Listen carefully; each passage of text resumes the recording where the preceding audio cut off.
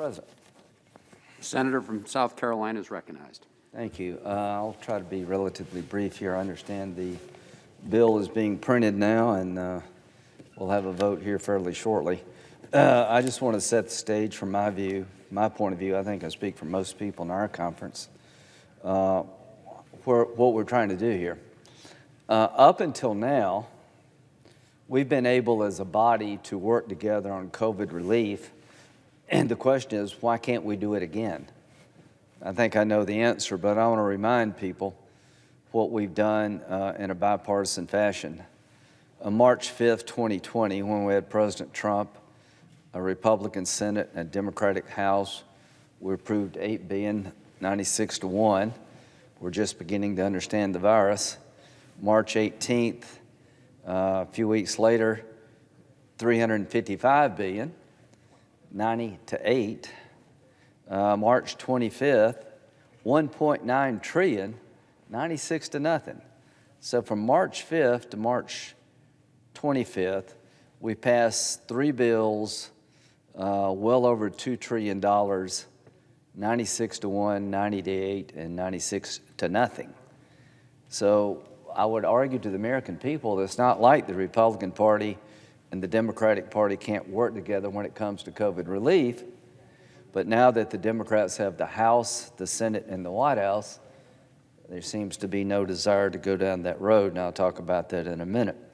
So April 21st, 2020, we did $355 billion more. That was by voice vote. Spending $355 billion by voice vote is pretty astonishing.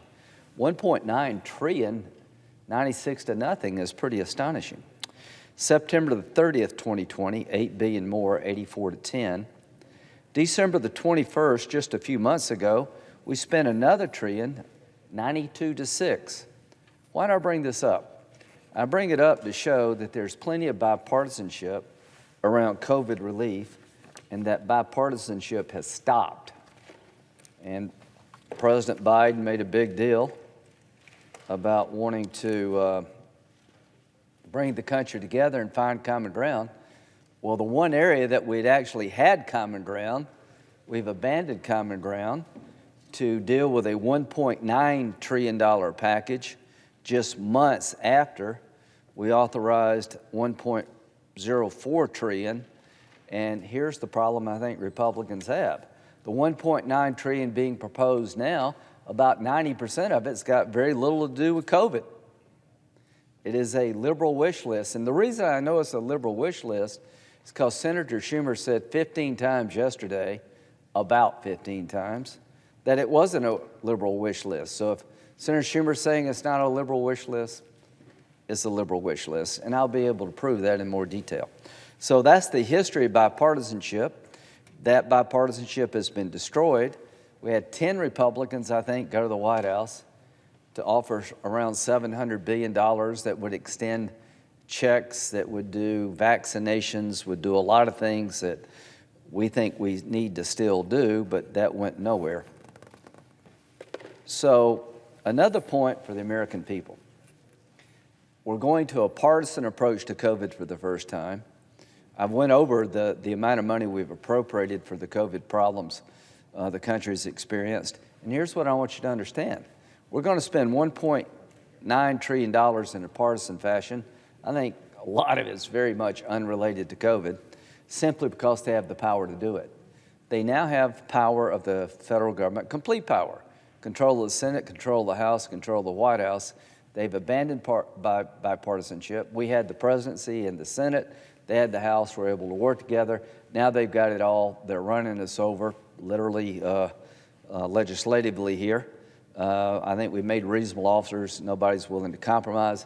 They see this as a moment to do a lot of things they've been wanting to do for years that has nothing to do with COVID. But another problem they have, in my view, is that you're appropriating $1.9 trillion, most of it not related to COVID. We haven't spent the money that we've allocated in the past. So administrative actions are still $200 billion that we haven't spent. Legislative actions, $3.1 trillion. We've appropriated $4.1 trillion. There's still $1 trillion that hadn't been spent yet. The Federal Reserve actions, They allowed $5.9 trillion to be allocated to help businesses who were failing. They spent $2.8 trillion. The vaccine is getting out by the day. We're hopeful that we can, change the course of the virus, get people back to work. In this bill, they do a lot of things unrelated to COVID because they can. And why are we opposed to this? Because it's a lot of money that's being spent on things unrelated to COVID.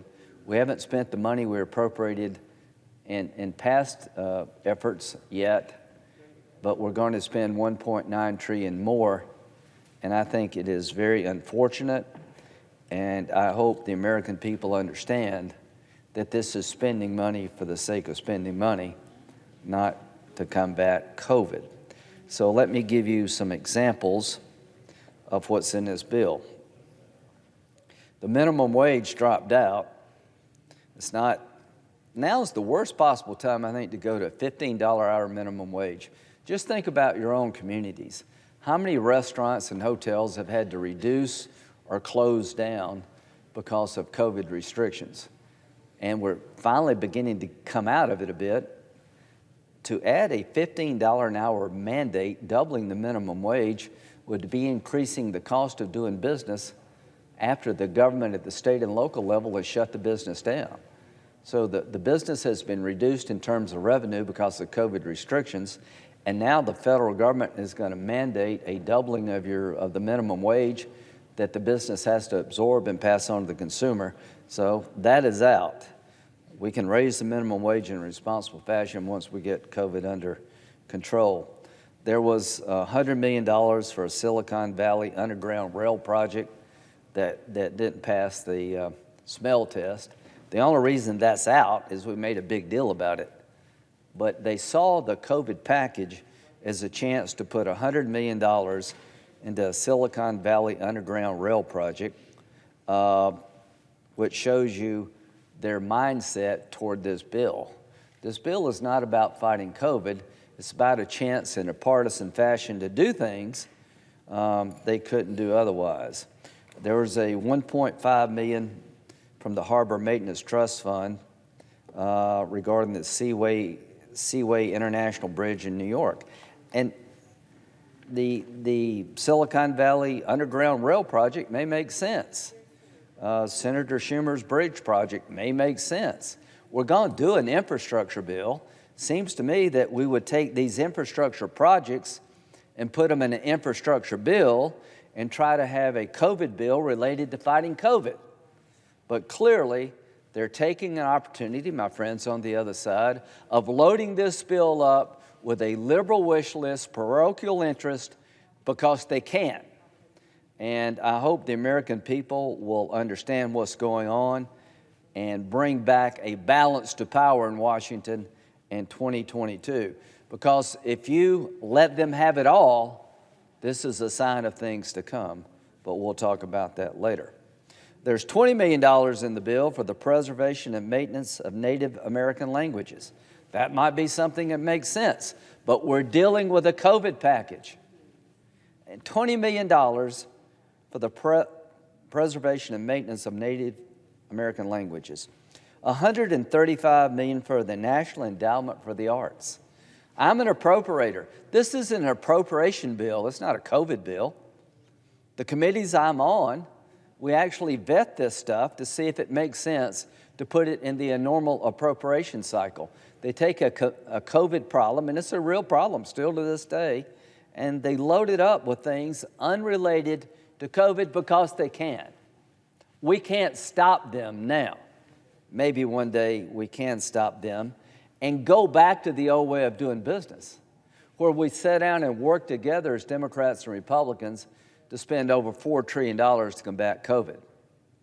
My hope is that we will have some balance in the future we don't have today. $135 million for the National Endowment for the Humanities. What has that got to do with COVID? There are people really suffering out there, and $135 million for the Endowment for the Arts, $135 million The Endowment for the Humanities, that's still a lot of money where I come from. $200 million for the Institute of Museum and Library Sciences. I am sure there's needs out there for museums and library sciences, but it should go through the appropriations process where we'll have a chance to make a case for it or against it, rather than being crammed into a bill that's being printed while I speak. We're talking about a $1.9 trillion COVID package with 90% unrelated to COVID being printed while I speak. Now, if that's good government, count me out. Funding for Planned Parenthood. What's that got to do for COVID? PPP loans for labor unions. Paid leave for federal employees. $86 billion bailout for union pensions. Maybe something we want to look at, but in a COVID bill? This is why people are so turned off to Washington, because we take a crisis, a problem facing your family and your community, and they've turned it into a spin fest, a liberal wish list indeed come true. New taxpayer-funded executive branch employee emergency leave program. The money for schools. We haven't spent the money we've allocated for schools yet. We're trying to open schools. The money that's been allocated for schools is still, most of it, a lot of it's been unspent. So in this bill, we have $68 billion for K through 12. The money should be given to people opening schools, and only $5 billion of that will be spent this year. Most of the money for K through 12 assistance is in 2022 and the years that follow. That's not an emergency COVID package. That's just putting money into the education system in a fashion they like and we don't have any input over. It really has nothing to do with fighting the COVID crisis and getting our schools reopened. Of the $129 billion for K through 12 in this package, $6.4 billion is to be distributed this year. The $68 billion was in the last round, only $5 billion this year. So most of the money for schools is spent in the out years. And again, that's just an opportunity taken by them. Of the $129 billion, $122 billion for K through 12 schools will not be spent until years 2022 to 2028. God, I hope we don't have to deal with COVID in 2028. We've approved 6 COVID bills. We've spent over $4 trillion, appropriated over $4 trillion. $1 trillion is yet unspent, and we're doing $1.9 trillion, where 90% of it has nothing to do with COVID. Why are we doing this? Because they can. They've abandoned the bipartisan model that worked. They've chosen a partisan model. No matter what they tell you, my friends on the other side, this is a liberal wish list. This is very much seizing the moment, taking a crisis, a problem in America, and using it to advance causes completely unrelated to COVID, spending money that hasn't been vetted, spending money that has nothing to do with COVID because they can. And the only thing I can tell you about spending money, count me in for helping people get back on their feet. I've always been for a direct payment. Count me out for a $1.9 trillion spend fest unrelated to COVID in a partisan fashion. This is everything President Biden said he wouldn't do. The inaugural speech rings hollow when it comes to this provision, the $1.9 trillion COVID package. Everything President Biden said he wanted to do for the country, he abandoned. And it's not like there's plenty of Republicans that would sit down and work with our Democratic friends to do another round of COVID relief, but it's got to be related to COVID, and we want to spend the money we've appropriated in the past first. Maybe that's an odd concept in Washington, but I'll make a bet. Most Americans find it odd that we would appropriate money for a problem and we haven't spent the money we've already appropriated in the past. would get that out the door to see what needs to be done in the future. I think most Americans believe now is not the time to load a bill up with a bunch of stuff unrelated to COVID, because we need every dollar to hit the mark. But we'll have a chance to talk about that in the coming months, and there'll be another election coming before you know it. And the only thing I can leave with the American people here is that they have it all in terms of power. This is what they've chosen to do. They've chosen a partisan path, rejecting the bipartisan path. They've chosen to put most of the money in the bill for things unrelated to COVID simply because they can. And the last election was about what would happen to our country if Democrats got in charge of everything. Many of us on our side said it'd be one of the most liberal agendas in the history of American politics, would come forth pretty quickly. I had no idea it would come forward this quickly. I had no idea that they would abandon a bipartisan approach to COVID, because it seems to be the one area that we've had success regarding working together. So during the campaign, I said there'd be two areas I thought we could do bipartisan legislation. One was COVID, the other is infrastructure. Boy, was I wrong about COVID. So I'm hoping that the American people pay some attention to this debate. We're going to have some really good amendments on our side talking about how we would spend the money differently and why we would choose not to spend some money in this bill, because it simply has nothing to do with COVID. The American people have suffered during the COVID pandemic. There are better days ahead. I want to do as much as we can for vaccinations and helping people get back into school, and I'm willing to help people struggling out there. But you shouldn't be giving a $1,400 check to people that made $200,000 as a couple. They changed that. They've taken the Silicon Valley Railway out. They've taken the bridge out because they had to, not because they wanted to. So we're going to have a lot of amendments that will show what we would do with your money versus what they would do with your money. We're going to have a lot of amendments that would show what we would do with COVID and how to fight COVID versus what they would do with COVID. And that's what democracy is all about, working together when you can and showing differences when you must. So there are going to be a lot of differences in this debate, and I think this will not be the last time you hear about this bill.